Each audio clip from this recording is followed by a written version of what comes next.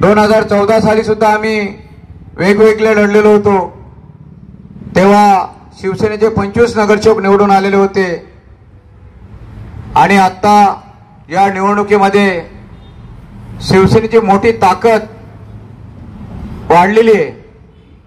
कारण की पहिल्यांदा या ठिकाणचे स्थानिक आमदार काही भाजपाचे नगरसेवक यांनी कटकारस्थान करून आमच्या शिवसेनेच्या पदाधिकाऱ्यांना भाजपामध्ये घेतले। महायुतीचा अजेंडा होता, कोणी एकामेकाचे पदाधिकारी घ्यायचे नाही।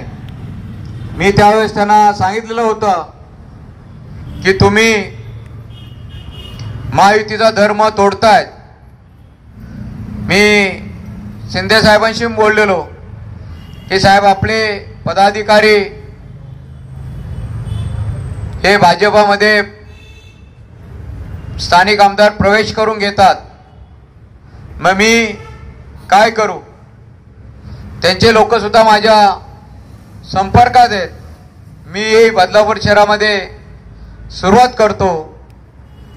तेव्हा मला साहेबांनी सांगितलं मी वरिष्ठांशी बोलतो, परंतु तरी सुद्धा बदलापूरचे बरेचसे शिवसेनेचे पदाधिकारी हे भाजपामध्ये घेण्याचा डाव